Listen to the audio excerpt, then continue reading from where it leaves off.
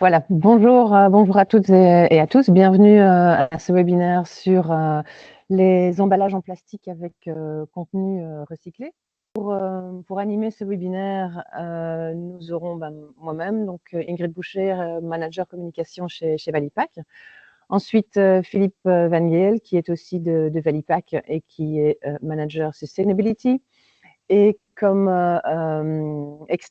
haute externe, nous aurons Christelle Rouma, qui est manager sustainability chez Coca-Cola. Au programme de ce webinaire, dans une première partie, nous allons un peu parler de la législation, donc du contexte législatif, le règlement européen sur les emballages et les déchets d'emballage, ensuite le règlement européen sur les transferts des déchets, un contexte législatif qui va avoir des implications assez importantes sur les emballages en plastique et sur le secteur des emballages en plastique en général.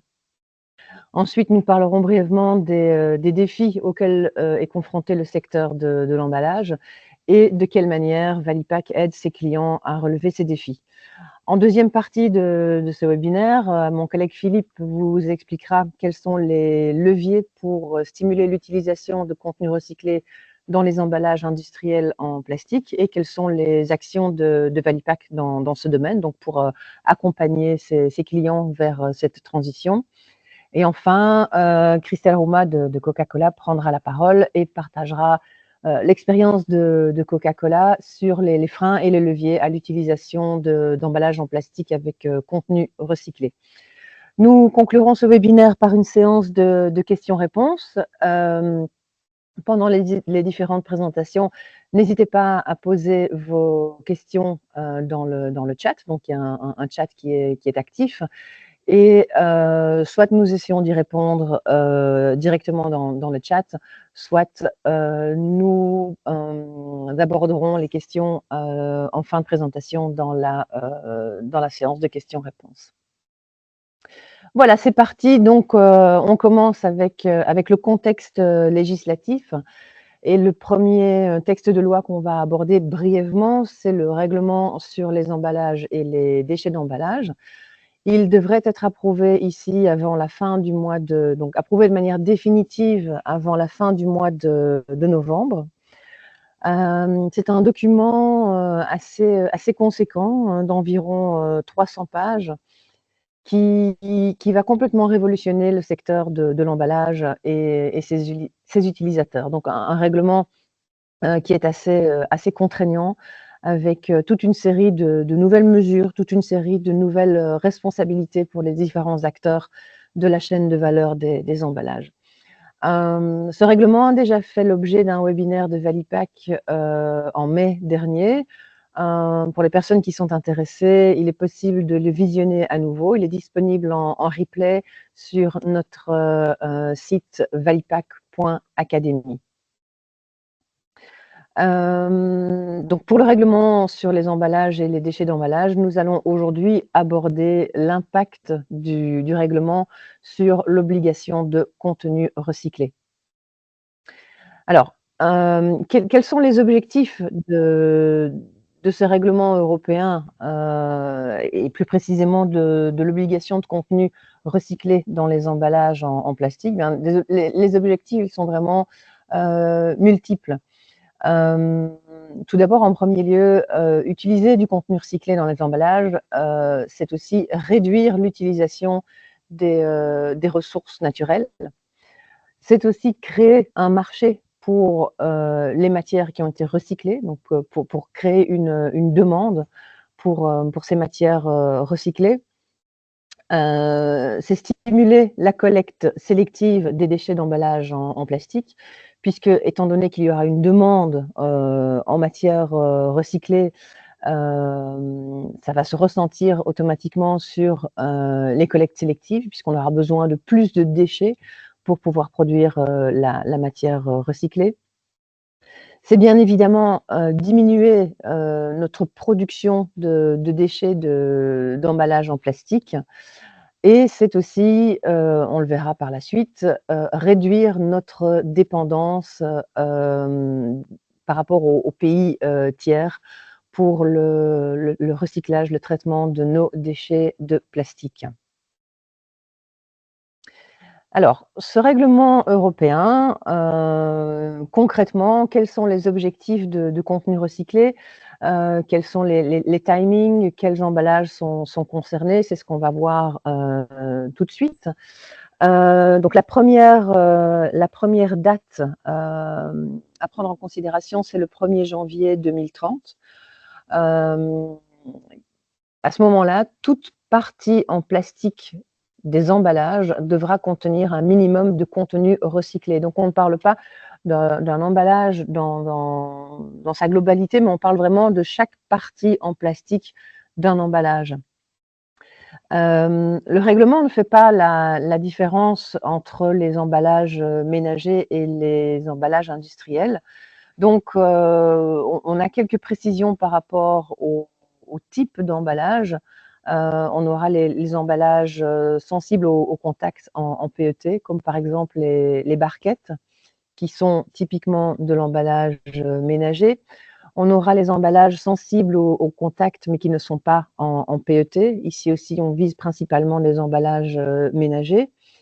Ensuite, les bouteilles de boissons à usage unique, en plastique évidemment. Et puis la partie qui nous intéresse aujourd'hui plus particulièrement, ce sont tous les autres emballages en plastique. Alors ici non plus, il n'est pas précisé qu'il s'agit spécifiquement des emballages industriels, mais étant donné que cette définition de tous les autres emballages en plastique est très large, nous pouvons interpréter ça comme une obligation de contenu recyclé dans les emballages, entre autres industriels.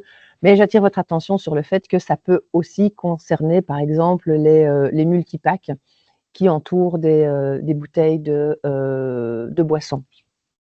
Donc, de quels emballages est-ce qu'on parle et quelle obligation? Emballage industriel en plastique, c'est très varié, effectivement. Ce sont des films et des housses en plastique, ce sont des seaux, de la frigolite, des sacs de matières premières, donc des sacs en plastique de, par exemple, 25 kg de matières premières, les liens de cerclage qui entourent les palettes, les liens de cerclage en plastique, en PET ou en PP. Les fûts en plastique ou des jerrycans, par exemple, hein, des plus petits récipients rigides en plastique, mais également les big bags.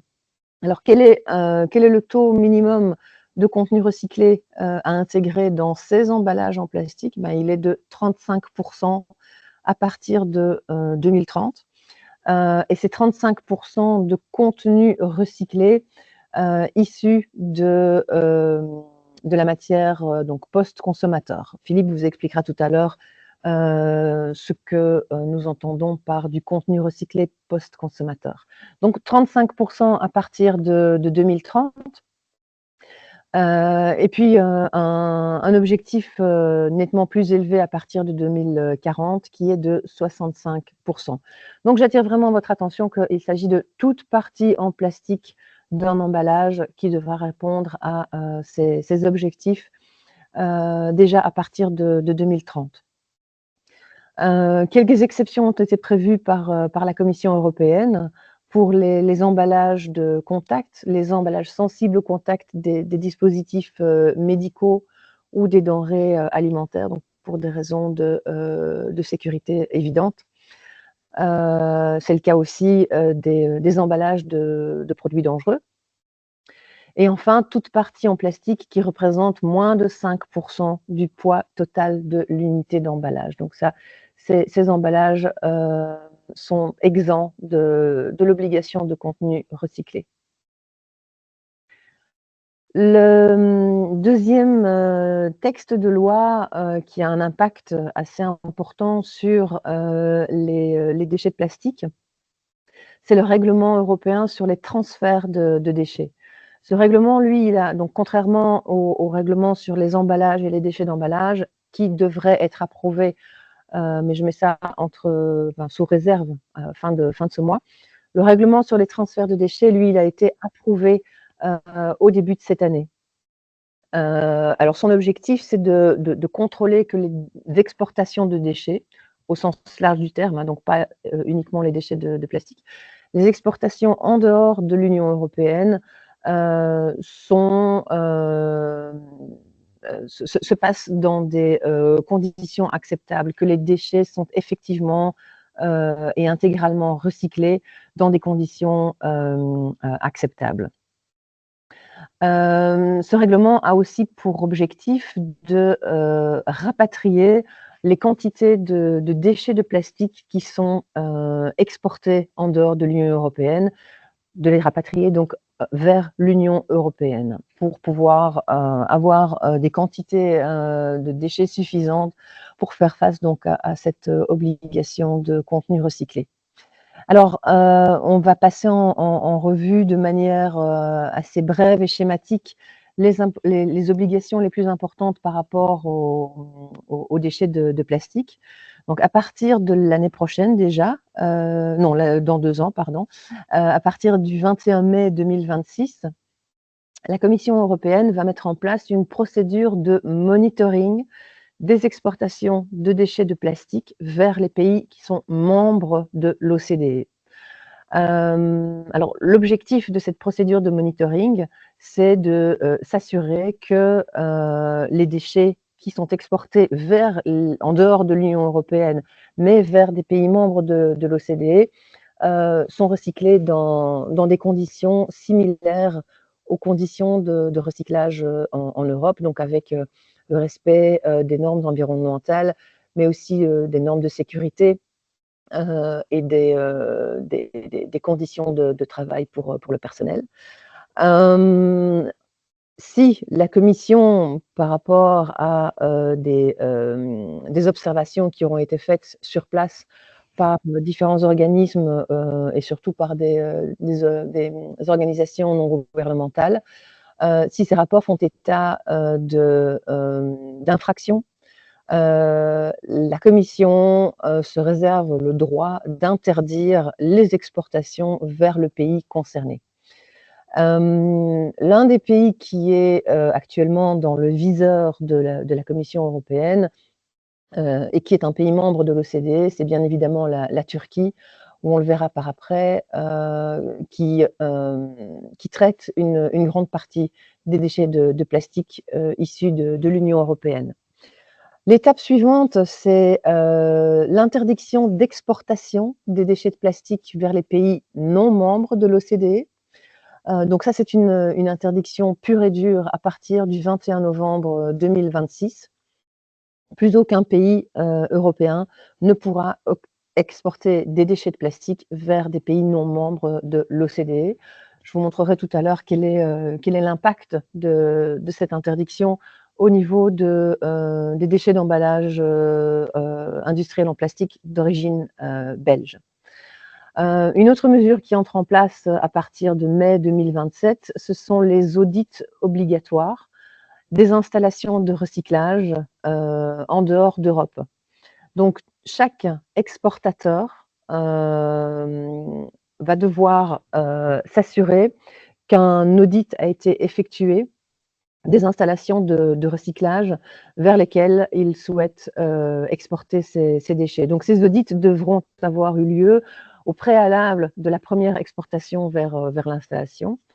Et en cas forcément d'audit négatif, l'installation en question ne pourra pas recevoir de déchets en provenance d'Europe et l'exportateur ne pourra bien évidemment pas exporter ces déchets vers cette installation. Alors, je vous ai parlé à l'instant de l'interdiction d'exportation des déchets vers les pays non membres de l'OCDE. Ces pays auront la possibilité d'obtenir une dérogation à cette interdiction à partir du 21 mai 2029. Donc, à partir de ce moment-là, ils auront la possibilité d'introduire une demande pour pouvoir réimporter des déchets de plastique d'origine européenne. Mais bien sûr, pour pouvoir obtenir cette dérogation, ces pays devront satisfaire à toute une série de conditions, Donc forcément, les installations de recyclage devront toutes être conformes aux normes européennes, mais ces pays devront également, en parallèle, avoir mis en place un système local de gestion de leurs propres déchets de plastique, donc de recyclage, de collecte sélective et de recyclage de leurs propres déchets avant de pouvoir réimporter des déchets d'origine européenne. Alors, quelles sont les destinations des déchets d'emballage industriel en plastique d'origine belge? Valipack a mis en place, il y a quelques années déjà, un système de traçabilité et d'audit des destinations des déchets d'emballage industriel d'origine belge, pour donc justement s'assurer du recyclage effectif des déchets qui proviennent des entreprises belges. Aujourd'hui, nous avons pu identifier 99%, donc plus de 99% des destinations finales des déchets d'emballage industriel en plastique d'origine belge. Une fois ces destinations finales identifiées, nous allons procéder à des audits des recycleurs identifiés. Je vous ai mis ici une carte des différentes destinations des déchets de plastique d'origine belge. Donc vous voyez que en 2023, 42% de ces déchets ont été traités en Europe auprès de 142 recycleurs différents. 15% ont été traités au Moyen-Orient, donc principalement la Turquie, chez 50 recycleurs différents, et 43% ont été traités en Asie chez 69 recycleurs différents. Donc l'Asie, c'est clairement une zone qui fait partie des pays non membres de l'OCDE. Vous voyez donc un taux d'exportation des déchets d'origine de Belgique qui atteint les 43%. Et qui donc à terme ne pourront plus être exportés vers l'Asie. Les audits qui ont été effectués chez les recycleurs finaux de déchets d'emballage industriel en plastique d'origine belge ont révélé un certain nombre d'irrégularités.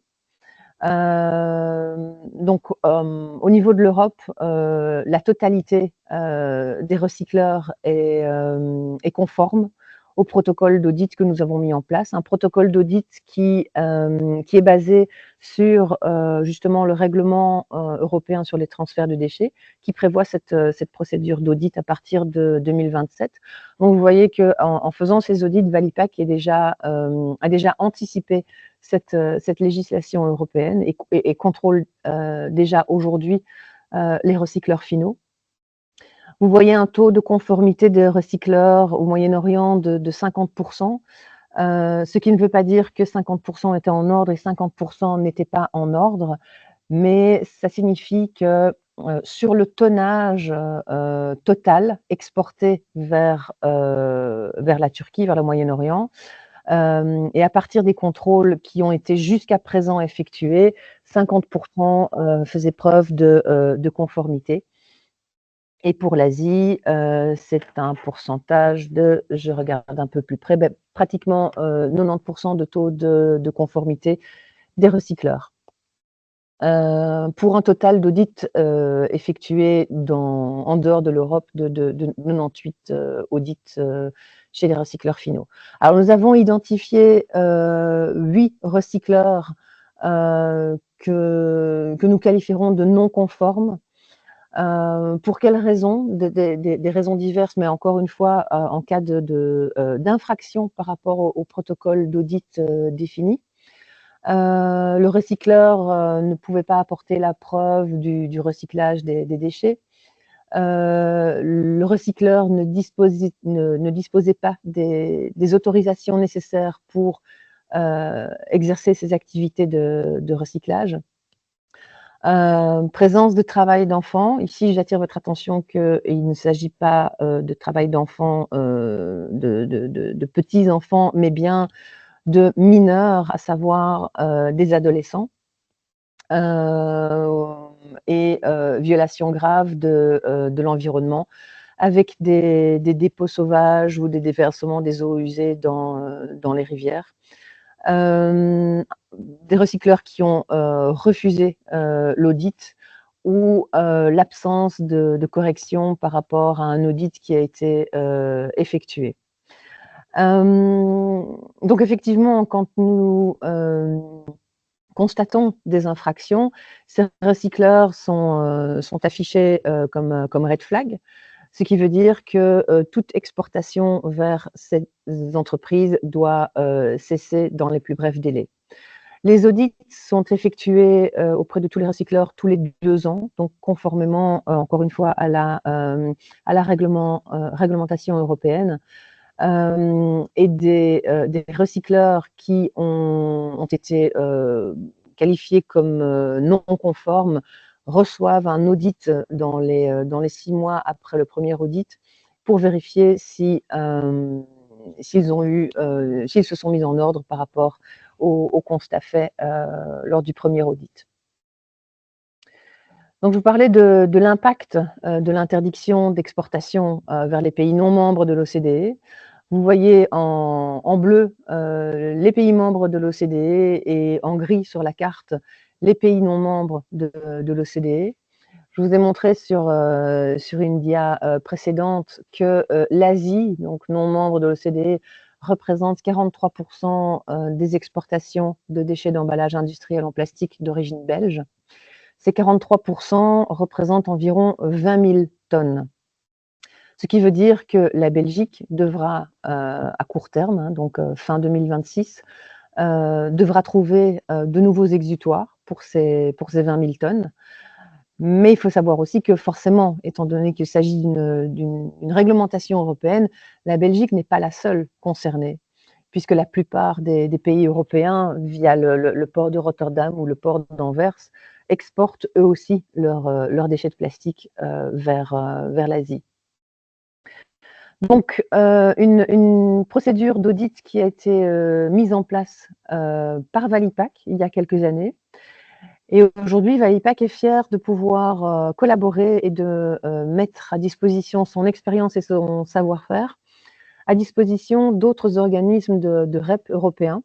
Nous collaborons aujourd'hui avec l'Islande, avec les Pays-Bas, le Luxembourg et l'Irlande pour partager partager le travail sur les audits, donc toujours sur la base d'un protocole d'audit commun, mais aussi pour partager les résultats des audits. Donc de cette manière-là, on réalise un petit peu des économies d'échelle et nous avons de meilleures garanties aussi, une plus grande garantie du recyclage effectif des déchets plastiques européens. Voilà. Alors, en résumé, face à cette législation, face à ces constats, les défis du secteur de l'emballage en plastique, le gros défi, c'est de développer des capacités de recyclage en Europe, puisque vous avez vu que face à l'interdiction d'exportation, ce sont quand même des tonnages assez conséquents qui devront trouver de nouveaux exutoires. C'est aussi améliorer la recyclabilité des emballages, puisque mieux un emballage est recyclable et plus il sera simple de le recycler, mais aussi de pouvoir le réintégrer dans de nouveaux emballages pour valoriser donc la matière, le contenu recyclé. C'est aussi améliorer les collectes sélectives, puisque nous aurons besoin de matières premières pour faire face aux obligations de contenu recyclé. Et c'est aussi finalement, enfin, stimuler l'utilisation de contenu recyclé, un thème que mon collègue Philippe va se faire un plaisir de développer avec vous à l'instant. Je cède maintenant la parole à mon collègue Philippe. Merci de votre attention. Bon, merci Ingrid pour ces informations importantes et je m'attendrai sur le programme My Recycled Content lancé par Valipac. Il y a probablement d'autres, mais je peux déjà vous donner 5 bonnes raisons d'utiliser des produits recyclés. Premièrement, naturellement, les matières premières sont généralement limitées et certains plus que d'autres. Si nous voulons utiliser les matières premières à bon escient, il est donc absolument nécessaire de les utiliser efficacement et de maintenir les matières dans le cycle autant que possible. Le recyclage est généralement plus efficace sur le plan énergétique que la production à partir d'une matière première. Par exemple, vous utilisez environ 14 000 kWh d'énergie en moins pour recycler 1 tonne de plastique comparé au plastique vierge. Donc, si on a besoin de moins d'énergie pour recycler un matériau, vous allez évidemment émettre moins de CO2, soit environ 2,2 tonnes de moins pour recycler, pour le recyclage plastique que pour la production d'un tonne de plastique vierge. En recyclant, vous soutenez également l'économie circulaire et de préférence, comme Ingrid avait dit, l'industrie locale. Et naturellement, il y a beaucoup de législations nouvelles ou des législations plus strictes à venir qui mettra l'accent sur l'économie circulaire et durable, notamment l'inclusion obligatoire des matériaux recyclés dans la plupart des emballages plastiques. Mais avant d'aller plus loin, je dois clarifier quelques concepts, comme Ingrid avait déjà proposé. Donc, c'est quoi les définitions importantes? C'est quoi matière première secondaire? C'est quoi post-consumer recycled ou recyclé post-consommateur ou post-industrial recycled, recyclé post-industriel. Donc, les matières premières secondaires, bon, ce sont tous les emballages qui ont été collectés. Ils vont être naturellement contrôlés. C'est très important que les déchets sont contrôlés et triés. Deuxièmement, ils sont produits à partir d'un processus de recyclage. Donc, on doit faire quelque chose avec, et notamment, dans ce cas, avec le plastique, il faut les produire dans la forme des lentilles. Et troisièmement, la matière première secondaire doit être réutilisée et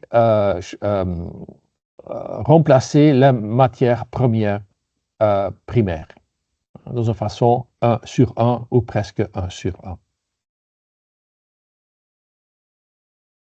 Le PCR ou le recyclé post-consommateur. Bon, ce sont tous les recyclages de plastique générés à partir de produits qui ont atteint leur objectif de distribution, de consommation et de l'utilisation. Plus ils ont été mis sur le marché dans un État membre de l'Union européenne ou dans un pays tiers. Donc, la plupart des gens entendent consommateurs et pensent immédiatement au système de sac bleu géré par nos collègues de FOSS+. Pour rappel, qu'est-ce qui est autorisé dans le sac bleu? Donc, ce sont les emballages en plastique, les emballages métalliques et les emballages de boissons et rien d'autre. Ce que la plupart des gens ont tendance à oublier, c'est que les entreprises consomment également des biens et des emballages. Par conséquent, tous les matériaux d'emballage qui deviennent des déchets dans les entreprises sont également définis comme les PCR ou les recyclés post-consommateurs. Et c'est quoi donc le post-industrial recycle, donc le recyclé post-industriel? Donc ce sont tous les recyclages de plastique générés à partir des déchets issus des processus de fabrication de biens avant leur mise sur le marché. Donc ça veut dire quoi? Bon, ce sont peut-être, comme vous voyez ici sur le dia, des rouleaux de film qui ont été produits en dehors des spécifications, mais ça peut être aussi du surstock qui ne peuvent plus être utilisés parce que, par exemple, la liste des ingrédients a changé, etc., etc. Mais, naturellement, il y a toujours un mais.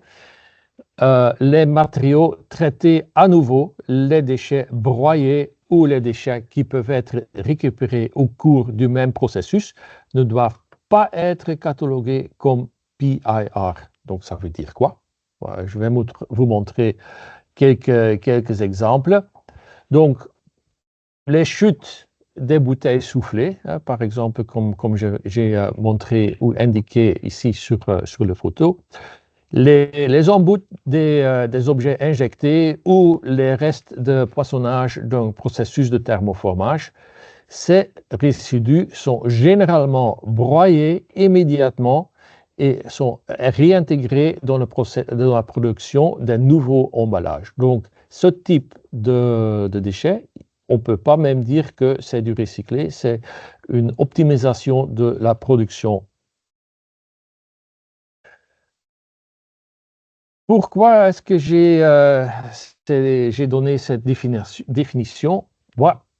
Dans le nouveau Packaging et Packaging Waste Regulation, hein, donc ce que Ingrid a déjà expliqué, dans l'article 7, c'est explicitement stipulé que à partir du 1er janvier 2030, on doit mettre du matière recyclée dans les emballages à partir où qui sont avec un minimum pourcentage de matière recyclée qui vient du post-consumer recycled. Donc, tout ce qui est post-industrial, on ne peut pas compter dans ce chiffre que l'Union européenne va nous imposer. Donc, c'est pour ça très important de comprendre c'est quoi le PCR et la différence avec le PIR.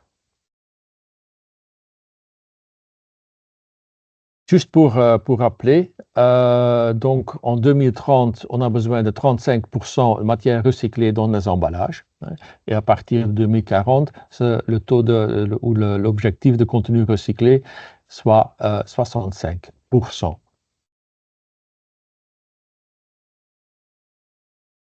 Mais depuis 2022, nous suivons l'évolution de la quantité de PCR utilisée dans les emballages des entreprises ou industrielles. Nous constatons qu'il y a une évolution positive et qu'en 2023, vous utilisez déjà près d'1 kilotonne de PCR dans vos emballages. Mais avant de crier victoire, je dois mettre ce chiffre en perspective. Ce 924 tonnes de PCR correspondent seulement à 1% du poids total des emballages commerciaux industriels qui ont été déclarés chez Valipak.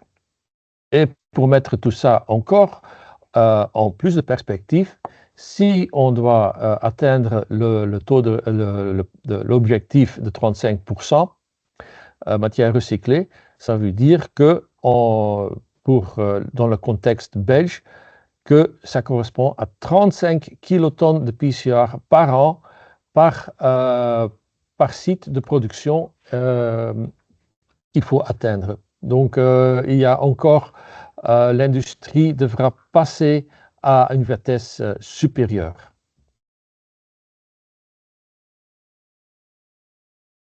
Mais comment est-ce qu'on va vous aider? Ben, on a quand même quelque chose intéressant.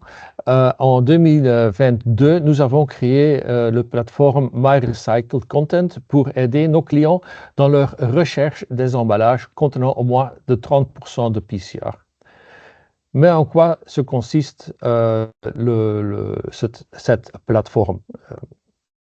Bon, grâce à cette plateforme, nous promouvons l'emballage circulaire et vous pouvez trouver toutes sortes d'informations utiles à ce sujet. Vous pouvez notamment trouver des fournisseurs et des producteurs d'emballage contenant de la PCR. Vous pouvez aussi effectuer une recherche par fournisseur, par type d'emballage et par sous-type d'emballage. La plateforme n'a pas d'objectif vraiment commercial. Vous trouvez les coordonnées de chaque fournisseur, mais vous ne pouvez pas passer des commandes via la plateforme naturellement. Entre-temps, les fournisseurs et les producteurs sont devenus un groupe international et pan-européen de 50 entreprises. Ces producteurs livrent directement en Belgique ou proposent leurs produits par intermédiaire des grossistes. Entre-temps, il y a aussi plus de 400 références de produits sur son répertorié sur la plateforme. Si votre propre fournisseur d'emballage circulaire n'est pas encore répertorié sur la plateforme, que devez-vous faire? L'idée, ce n'est pas tout de suite de changer de fournisseur. Il y a une forte chance que votre fournisseur ait déjà des emballages avec PCR dans son portefeuille. Peut-être vous n'avez pas demandé, ou votre fournisseur suppose que vous n'êtes pas intéressé. Donc, le plus important, c'est de parler avec votre fournisseur s'il a peut-être déjà des emballages PCR dans son portefeuille. S'il y a déjà, donc orientez-les vers Valipack et nous le guiderons dans sa démarche. Nous demandons aux fournisseurs de se faire certifier pour ces produits circulaires. Mais pourquoi c'est important de se certifier? Donc, comme vous savez, pourcentage de matière recyclée dans un emballage, ce n'est pas assez facile à vraiment voir. Donc, on demande la certification. Le PCR utilisé dans ces emballages doit être certifié par ECERTplast ou un système équivalent. Et le contenu recyclé certifié, c'est par produit, par un auditeur accrédité et naturellement externe. Donc, le protocole d'audit doit être conforme aux normes ISO 14021 et normes EN 15343. Les protocoles recommandés font partie du groupe Polycert Europe. Donc, il y a le choix entre le type d'audit ou de recyclage à contenu recyclé. Il y a aussi naturellement quelque chose pour Valipack dedans. Avec ce plateforme, nous pouvons suivre les données et effectuer des analyses sur l'utilisation de la PCR en Belgique, ce qu'on doit forcément prouver au gouvernement belge et le gouvernement belge naturellement à l'Europe, l'Union européenne, la Commission. Et le quatrième point, c'est la prime de soutien que Valipack accorde à ses clients. Cependant, il y a certaines conditions. Donc, on parle des emballages à usage unique. Le fournisseur doit être présent sur la plateforme, comme j'avais déjà indiqué. Et il y a aussi un bonus de 50 € par tonne de PCR pour les emballages commerciaux et industriels commercialisés en Belgique en 2022. Naturellement, ce qui est important, c'est que vous indiquez ces chiffres dans la déclaration annuelle de Valipack. Autrement, naturellement, on ne sait pas si vous avez utilisé du matière recyclée dans vos emballages.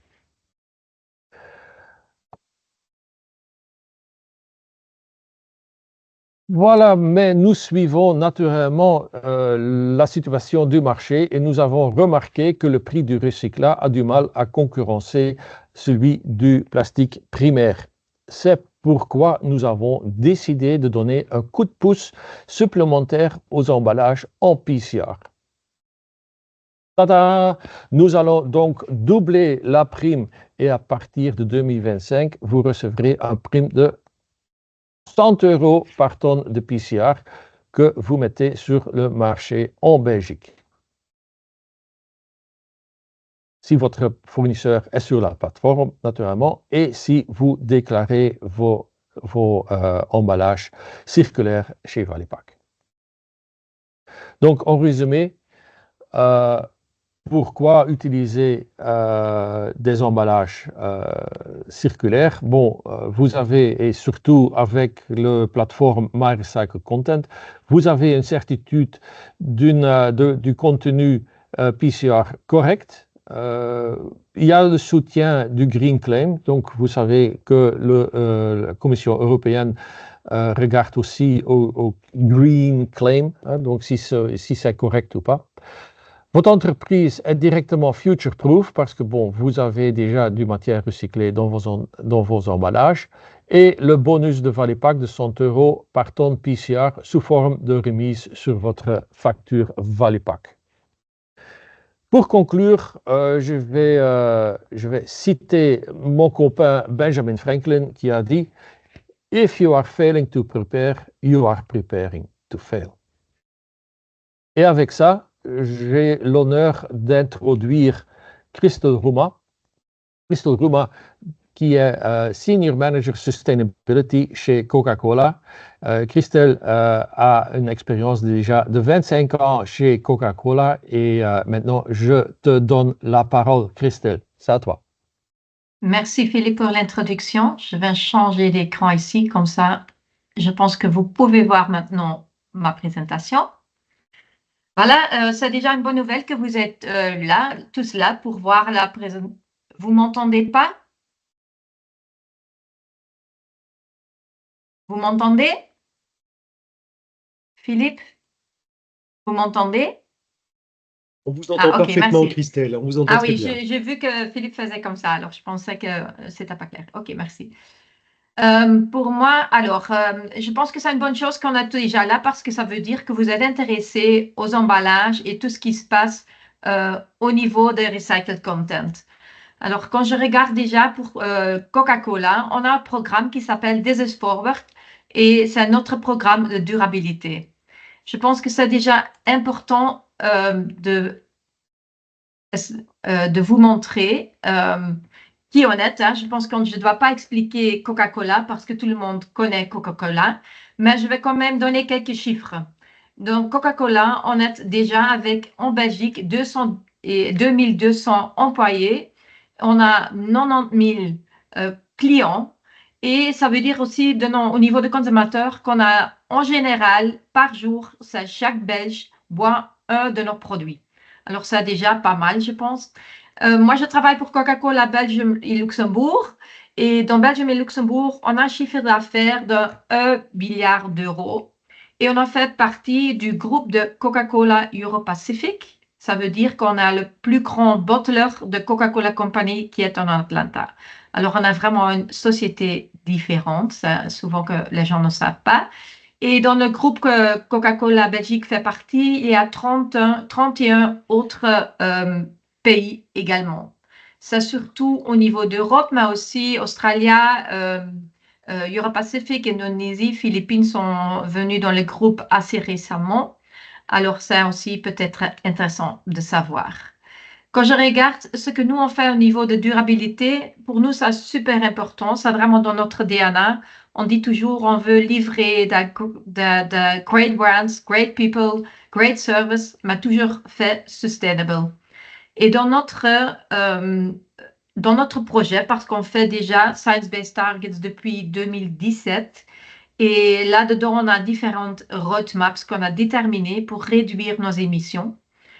Et au niveau de climat, c'est le plus important où on veut vraiment être carbon neutral, neutre en carbone vers 2040 et déjà réduire avec 30% nos émissions vis-à-vis 2019 vers 2030. Alors, ce sont des targets assez challenging si on sait que, allez, en Paris, l'accord de Paris, c'est être climat neutral, carbone neutral vers 2050. Alors, je pense que c'est assez challenging et ambitieux. Dans ce programme, on a 6 piliers qu'on a déterminés, climat, mais aussi le packaging. Évidemment, quand on pense à Coca-Cola, on sait qu'on a beaucoup de packaging. On travaille beaucoup sur tout ce qui est society. Society, ça veut dire vraiment regarder comment on peut redonner à la société et par exemple au niveau de partnering avec des gens, avec des NGO, mais aussi bénévolat de nos employés. Au niveau des drinks, évidemment, on veut réduire le sucre et pas avoir de marketing vers des enfants moins de 13 ans. On veut avoir suffisamment de portion control, alors les emballages pour chaque moment. L'eau est super important dans nos boissons, mais aussi dans nos productions. Alors, il y a beaucoup de programmes pour réduire l'eau dans la production, mais aussi pour redonner l'eau à l'environnement. Ça veut dire pour chaque litre qu'on utilise dans nos boissons, on redonne 1 litre à la nature dans le projet de restauration de la nature avec Natagora et Naturpunt. Et évidemment, le supply chain, c'est super important. Je pense comme beaucoup de sociétés, notre scope 3 a fait 90% de nos total emissions. Alors, ça veut dire qu'on doit travailler très, très proche avec nos fournisseurs. Quand je fais un peu deep dive au niveau de packaging, parce que je pense aujourd'hui, on est vraiment là pour regarder le packaging. Qu'est-ce qui est super important là? C'est de dire, écoute, pour nos émissions de scope 1 et scope 2, le packaging fait 35% de nos émissions. Et c'est tout de suite clair que c'est un grand challenge de réduire et continuer à réduire ces émissions. Et maintenant, je vais faire un peu deep dive, comment on le fait.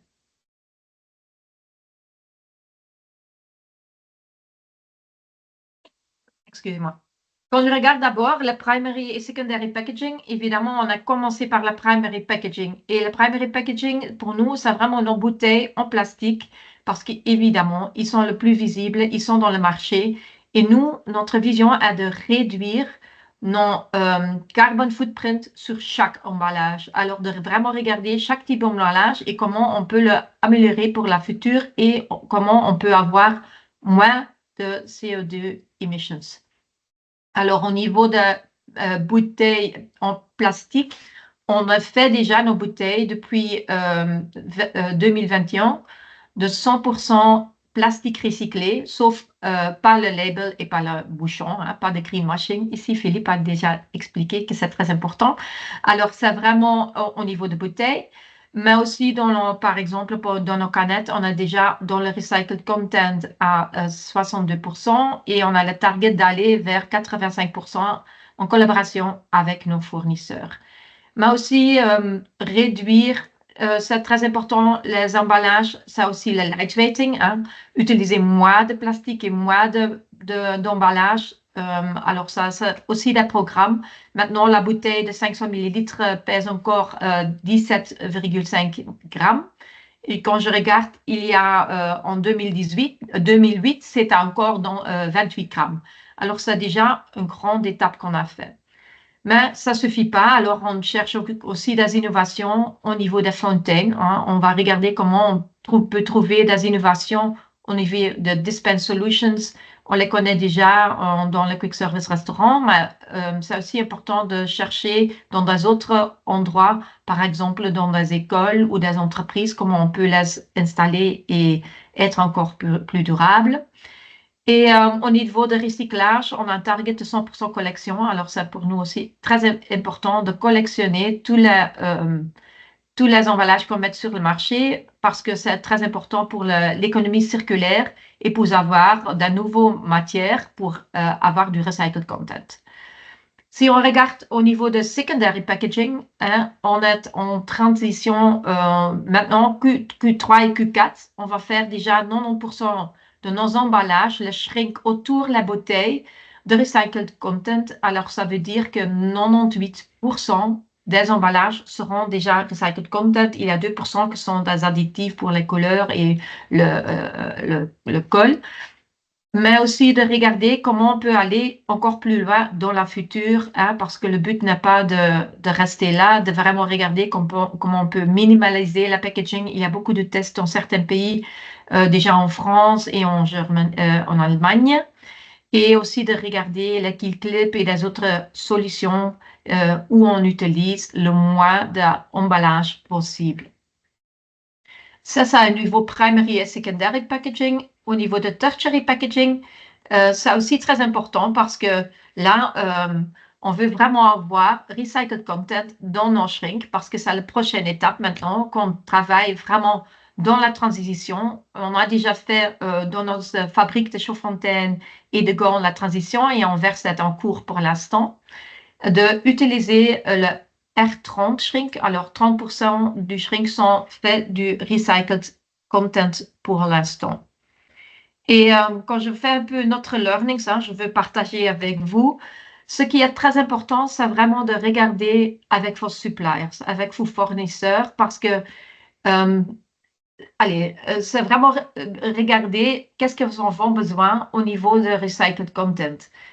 Qu'est-ce que vous avez besoin et quel type d'emballage qu'est-ce que vous avez parce que chez nous, on a déjà tous des bouteilles qui sont assez lourdes. Alors, c'est un challenge d'avoir un bon stretch film qui peut tenir ces produits et que ça reste sécure pendant le transport, pendant la logistique.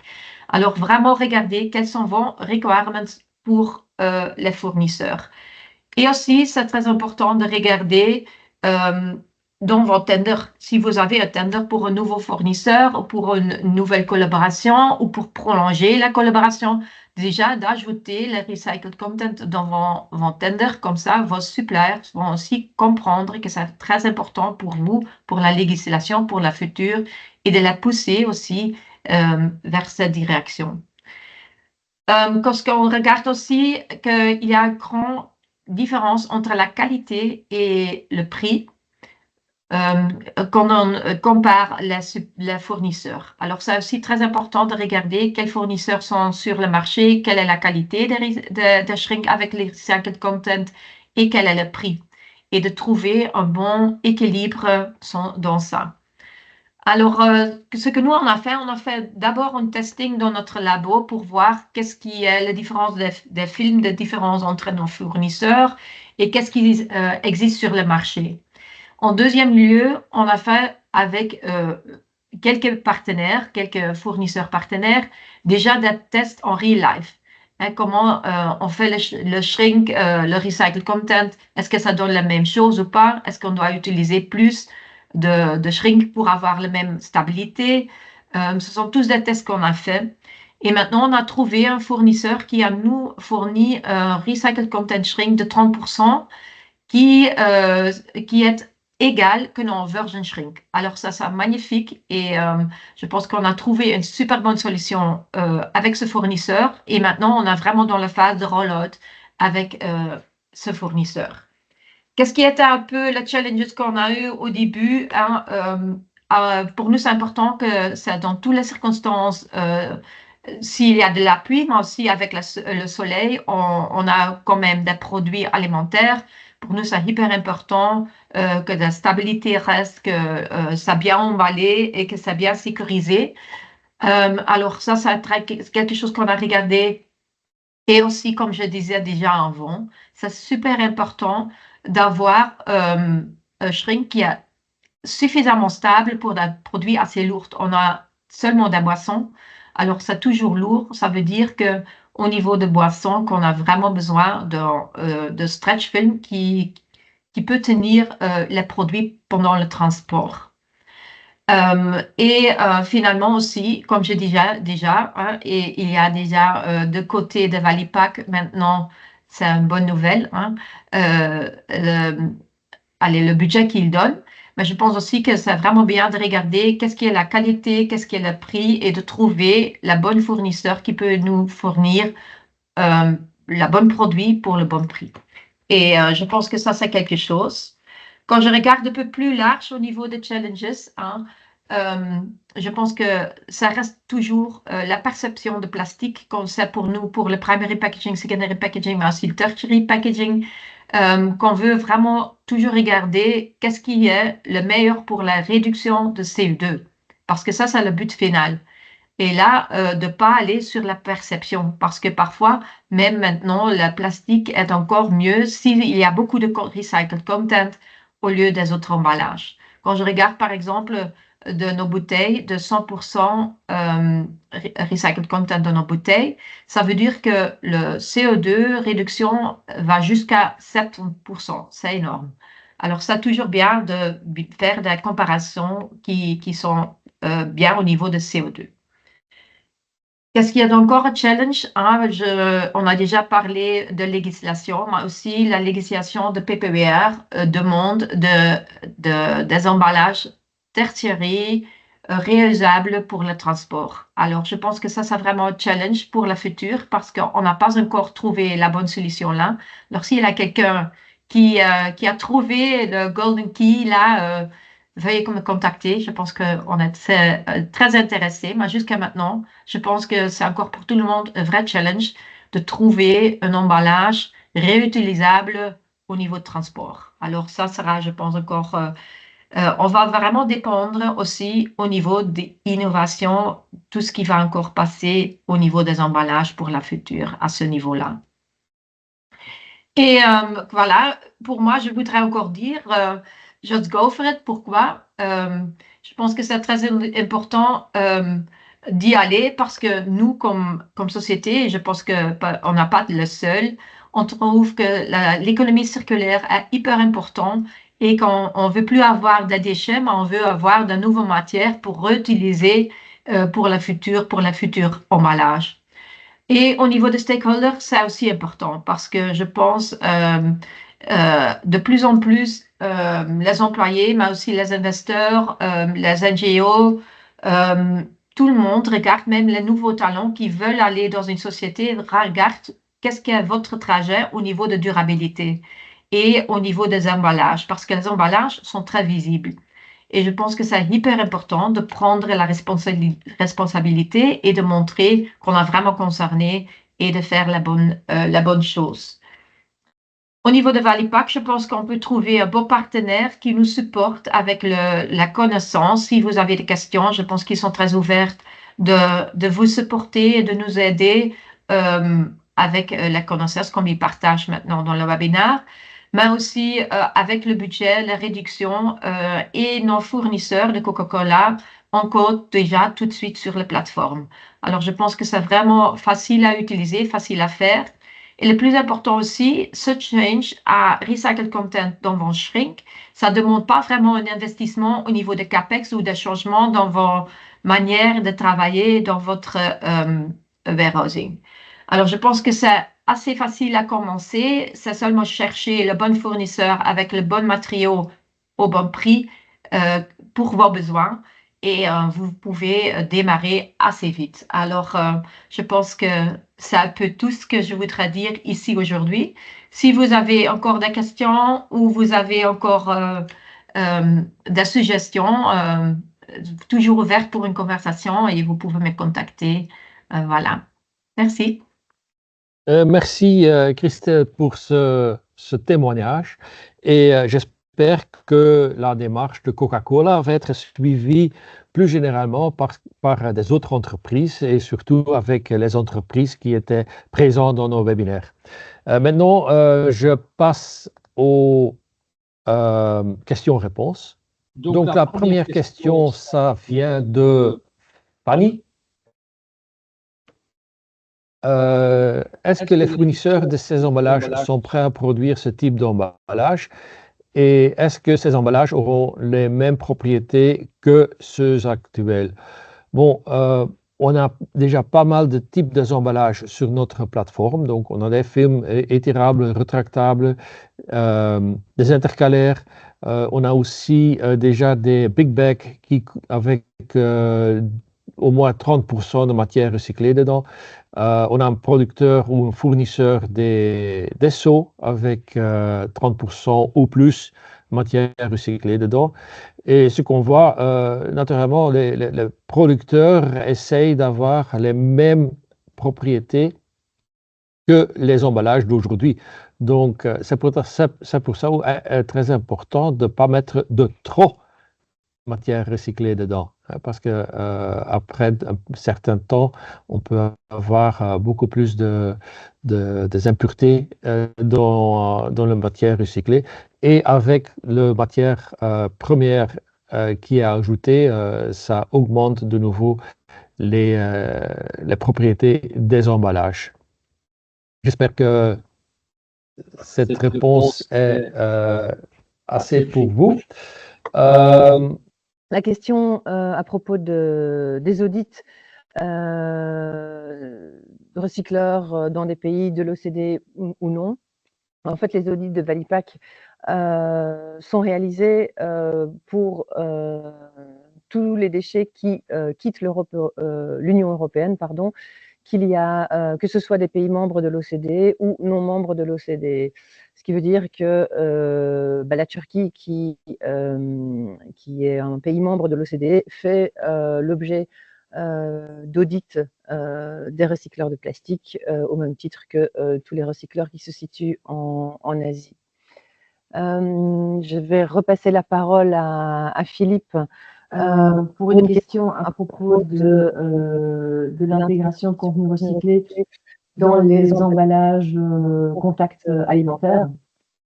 Oui, donc à ce moment-là, il y a seulement le PET comme utilisé par Coca-Cola qui est approuvé pour être en contact direct avec l'alimentaire.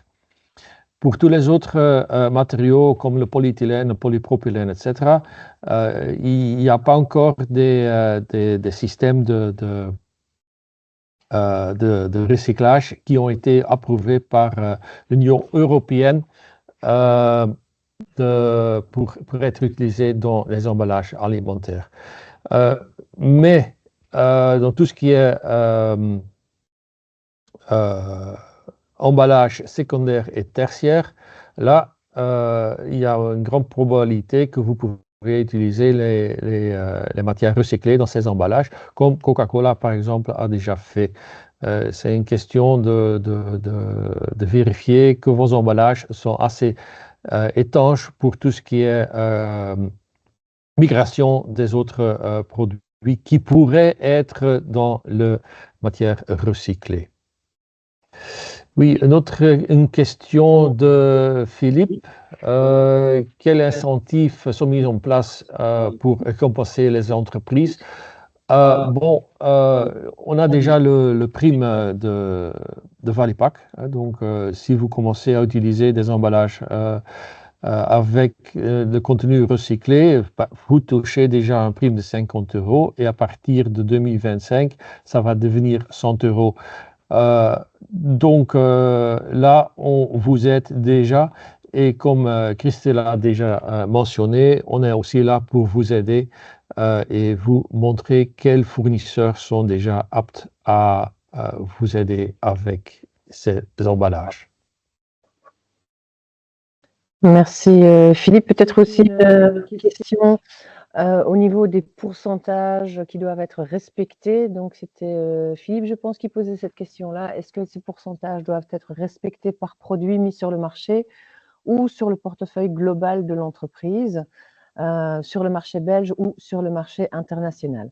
Alors, si la question porte sur l'utilisateur de l'emballage en plastique avec contenu recyclé, comme on l'a expliqué tout en début de présentation, cette obligation de contenu recyclé porte sur toute partie en plastique de l'emballage. Donc, ce n'est pas au niveau de l'entreprise, ce n'est pas au niveau global, c'est vraiment chaque partie en plastique de l'emballage devra contenir un minimum de 35% de contenu recyclé à partir de 2030. Et cette obligation, elle n'est pas, c'est pas uniquement en Belgique, mais c'est aussi, étant donné que c'est un règlement européen, cette obligation, elle est d'application dans absolument tous les États membres de l'Union européenne. J'espère que j'ai répondu à la question. Si pas, forcément, vous avez toujours bien la possibilité de nous contacter par la suite en nous envoyant un mail. Je vais peut-être aussi répondre à une question qui vient d'être posée toujours par Philippe. Est-ce que les matériaux recyclés ne doivent pas être spécifiquement d'origine belge? Non, pas du tout. Idéalement, oui, parce que comme ça, on assure le marché au niveau local. mais la Commission ne peut pas, ni la Commission ni les États membres ne peuvent appliquer cette obligation. Donc, dans le règlement européen, la partie qui concerne l'obligation de contenu recyclé stipule que, ils ont mis en place cette clause miroir. Donc, le contenu recyclé qui provient d'en dehors de la Commission, de l'Union européenne, est considéré comme PCR à partir du moment où l'entreprise a été contrôlée et les activités ont été jugées comme conformes aux normes européennes. Donc, il faut vraiment qu'il y ait eu un contrôle des activités de recyclage des recycleurs en dehors de l'Europe pour que le contenu puisse être considéré comme PCR. Voilà, alors je pense qu'il y a encore quelques questions, Philippe, qui sont entrées dans le chat. Concernant les méthodes de recyclage pour le plastique PP et PE, y a-t-il une validation des recherches en cours suivies par Valipack?